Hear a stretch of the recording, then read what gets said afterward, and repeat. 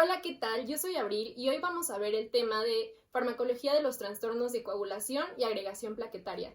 Pero antes de entrar de lleno a los fármacos, vamos a ver un poco de la fisiología de la cascada de coagulación y la agregación plaquetaria.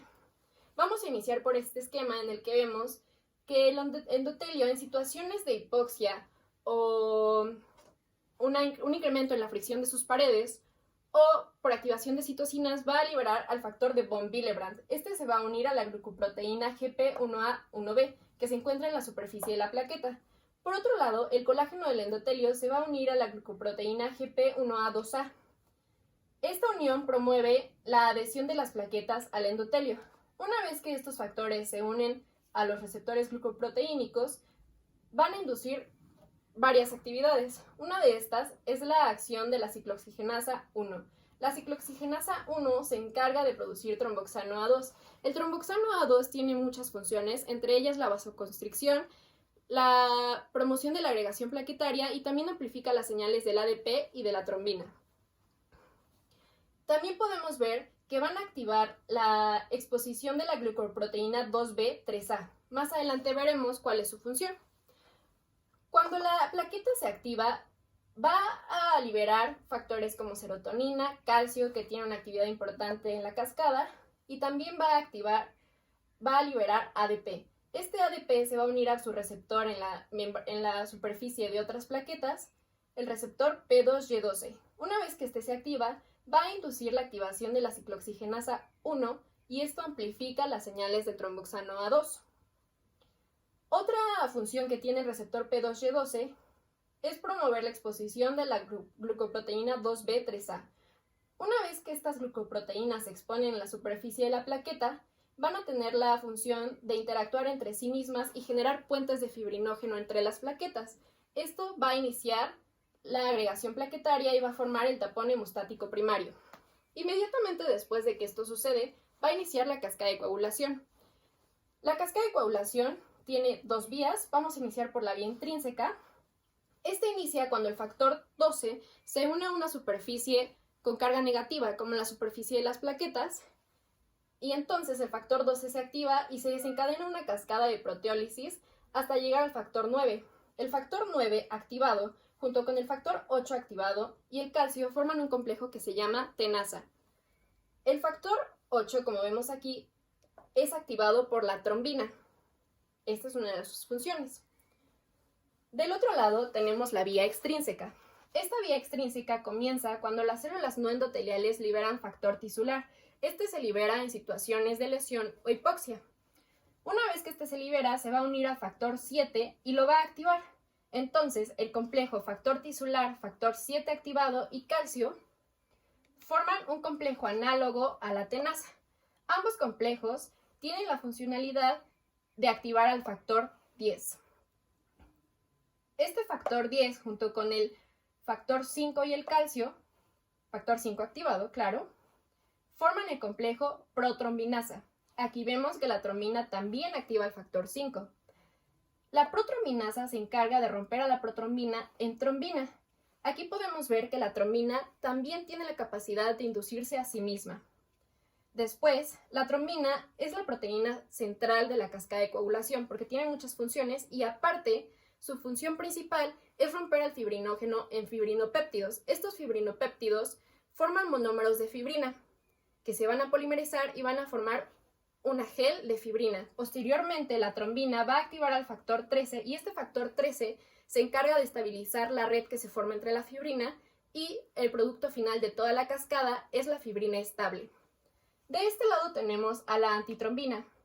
Esta es una proteína plasmática que tiene la capacidad de inhibir a distintos factores de la coagulación, pero principalmente al factor 10 y a la trombina o factor 2A. Ahora vamos a iniciar con la sección de los fármacos. Vamos a comenzar con los antiagregantes plaquetarios. El primero que vamos a ver es el ácido acetilsalicílico. Este es un AINE inhibidor irreversible de COX-1. Acetila uno de sus residuos serínicos y al hacerlo inhibe la producción de tromboxano A2. El ácido acetilsalicílico está indicado en síndromes coronarios y dependiendo de su dosificación va a ser el efecto terapéutico que vamos a obtener. Por ejemplo, se deben administrar de 40 a 80 miligramos diarios para obtener efectos antiagregantes y menos de 100 miligramos diarios para obtener efectos cardioprotectores, como la prevención de infarto agudo del miocardio o prevención de isquemia. Si administramos dosis mayores a esta, corremos el riesgo de que el ácido acetilsalicílico también inhiba la producción de prostaciclina, la cual, como vemos en el esquema, bloquea la agregación plaquetaria y aparte es un factor vasodilatador. Entonces, si administramos dosis muy altas, estaríamos obteniendo efectos contrarios a los que deseamos, ¿no? Por este lado, se deben administrar de 325 a 650 miligramos cada 5 horas para el dolor o la fiebre y de 3 a 4 gramos diarios para tratar lupus o fiebre reumática. Algunas contraindicaciones son hemofilia, enfermedad de von Willebrand. Se debe descontinuar una semana antes de procedimientos quirúrgicos y está contraindicado en niños con síndrome febril agudo porque corremos el riesgo de ocasionar síndrome de Rayleigh. Este es un efecto adverso no tan común. Otros efectos adversos más comunes son úlcera gástrica y hemorragia gastrointestinal.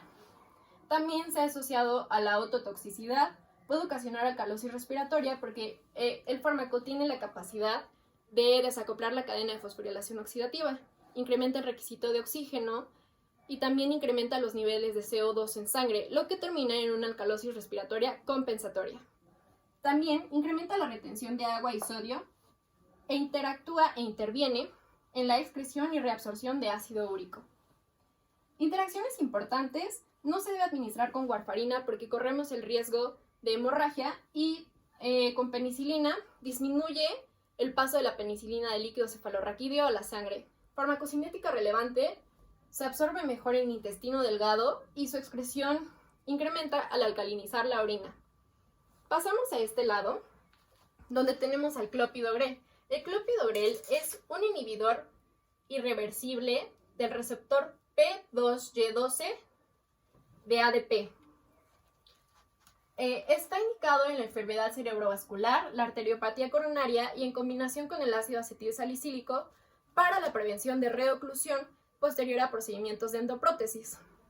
Está contraindicado en trastornos hemorrágicos activos y sus efectos adversos principalmente son gastrointestinales. También puede ocasionar trombocitopenia, leucopenia y hemorragia intracraneal. Algo importante de este fármaco es que es un profármaco. Esto quiere decir que requiere ser oxidado en el hígado para activarse. Otros ejemplos de este prototipo de fármaco es el ticagrelor y la ticlopidina. Vamos a pasar a los anticoagulantes. El primero que vamos a ver es la heparina y la enoxaparina. Estos son glucosaminoglucanos que potencian la actividad de la antitrombina. ¿Pero cómo lo hacen? Bueno, la heparina es un glucosaminoglucano de alto peso molecular con una longitud de 18 sacáridos. Dentro de estos se encuentra un pentasacárido unión que se va a unir a la antitrombina. Esta es nuestra antitrombina y va a potenciar su actividad inhibidora de los factores 10 y de la antitrombina. Pero en el caso específico de la heparina, además de potenciarla, va a actuar como una plantilla que permite el anclaje entre la antitrombina y la trombina, caso contrario de la enoxaparina. La enoxaparina es una heparina fraccionada o de bajo peso molecular. ¿Qué significa esto? Que sí se va a poder unir a la antitrombina por medio del pentasacárido, pero no va a poder cubrir a la antitrombina, por lo que se considera un fármaco inhibidor más selectivo hacia el factor 10A. Este mismo motivo ha llevado a que en los últimos años se prefiera la enoxaparina por encima de la heparina porque tiene menos efectos adversos. Bueno, otro dato a considerar es que la heparina debe administrarse por vía intravenosa. También se puede administrar por vía subcutánea, pero por vía intravenosa tiene un inicio de acción más rápido y por subcutánea la biodisponibilidad es variable. En el caso de las heparinas fraccionadas, se recomienda la administración subcutánea. Están indicadas en la trombosis venosa, en la embolia pulmonar y como tratamiento inicial de la angina de pecho y el infarto agudo al miocardio. También se recomiendan en el tratamiento de embarazadas con alguna de estas patologías porque se consideran los fármacos más seguros de los anticoagulantes. Están contraindicadas en hemofilia y en el caso de las heparinas fraccionadas Están contraindicadas en individuos con una depuración renal menor a 30 mililitros por minuto. Esto es porque las heparinas fraccionadas pueden depositarse en el riñón y ocasionar hemorragia.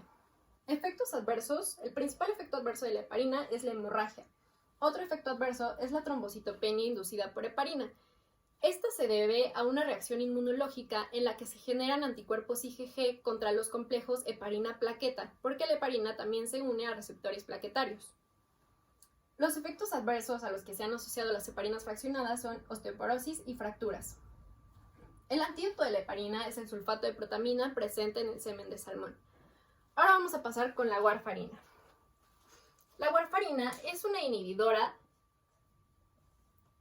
de la epóxido reductasa de vitamina K. Esta se encarga de reducir a la vitamina K. La vitamina K reducida es un cofactor de la gamma-glutamil carboxilasa, enzima que se encarga de activar biológicamente porque expone el sitio activo de los factores 2A, que es la trombina, 7, 9 y 10. Por lo tanto, va a inhibir la actividad de los factores 2, 7, 9 y 10. Las indicaciones son prevención de tromboembolia, embolismo sistémico y en casos de isquemias recurrentes. Está contraindicado en el embarazo. Esto es muy importante porque puede ocasionar defectos en sistema nervioso central y hemorragias neonatales o fetales, por lo que también es clasificación X en el embarazo.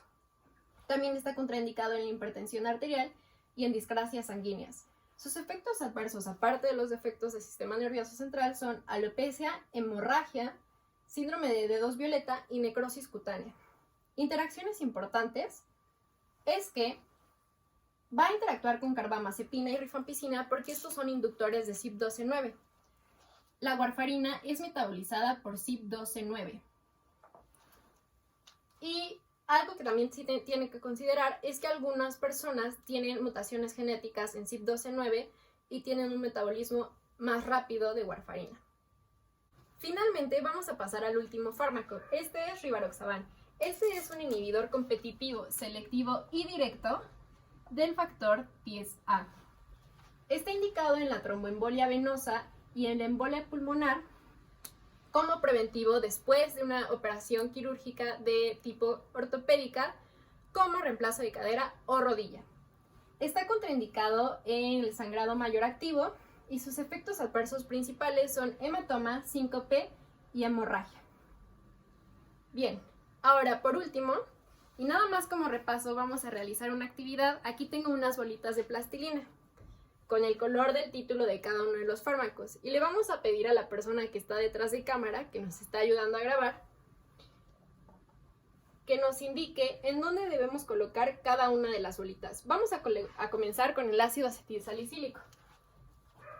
Es inhibidor de la COX-1. ¿Usted dónde cree que va dentro de nuestro esquema? Arriba, izquierdo, amarillo. Amarillo. Muy bien. Aquí está. Entonces disminuye la concentración de tromboxano A2, ¿verdad? Después, heparina, color rojo. Potencia la actividad de la antitrombina. ¿En dónde de nuestro esquema actuaría? Abajo, izquierdo, rojo. Muy bien. Luego, clopidogrel. Es un inhibidor del receptor P2Y12 de ADP. Derecho, arriba, derecho, púrpura o morado. Muy bien, aquí tenemos el morado, el receptor P2Y12. Warfarina es una inhibidora de la vitamina K epóxido reductasa, por lo que disminuye las concentraciones de factor 2, 7, 9 y 10 activados. Centro, cuadrados, verde. Aquí, ¿verdad? Y el último fármaco es rivaroxaban, que es un inhibidor únicamente del factor 10. Cuadrado, rosa, centro. ¿Verdad? Sí. Perfecto. Y con esto terminamos el mecanismo de acción de todos los fármacos. Con esta última actividad damos por concluido este tema. Les agradecemos que nos hayan sintonizado y nos vemos en una próxima. Hasta luego.